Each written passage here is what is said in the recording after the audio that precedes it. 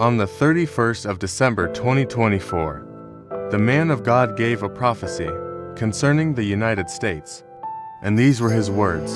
This biblical act of terrorism, but it will be from its own people. Now listen to me. In the United States, they will be born while they are busy focusing on people outside. Their own people will cause terror. Now listen to me. Let's pray for the new administration of President Trump. Now listen to me. Developments out of New Orleans. 15 people are dead and at least 35 others are injured after a New Year's Eve attack on Bourbon Street. You're watching 13 News Now at 4. I'm Janet Roach. And I'm Dana Smith. Police say a driver intentionally drove into a crowd during the New Year celebrations. And we're just learning police are investigating the incident as an act of terrorism. ABC's Rena Roy has the latest.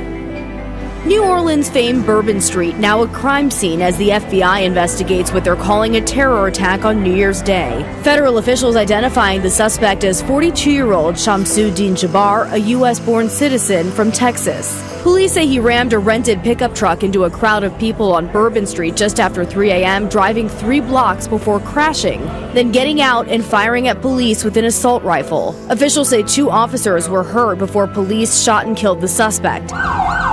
Witnesses described the scene as gruesome. What we saw was insanity. I mean, something out of a movie.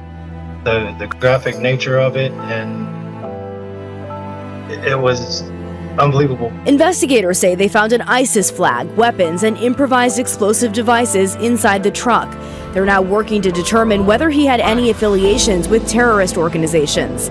The FBI says they also discovered more IEDs planted around the area in the historic French Quarter, some of which were deemed viable according to sources. As of now, 2 IEDs have been found and rendered safe. Police flying drones around the area searching for more potential devices. Because this was a 3-pronged attack, officials say they're working to determine whether the suspect had help. We do not believe that Jabbar was solely responsible.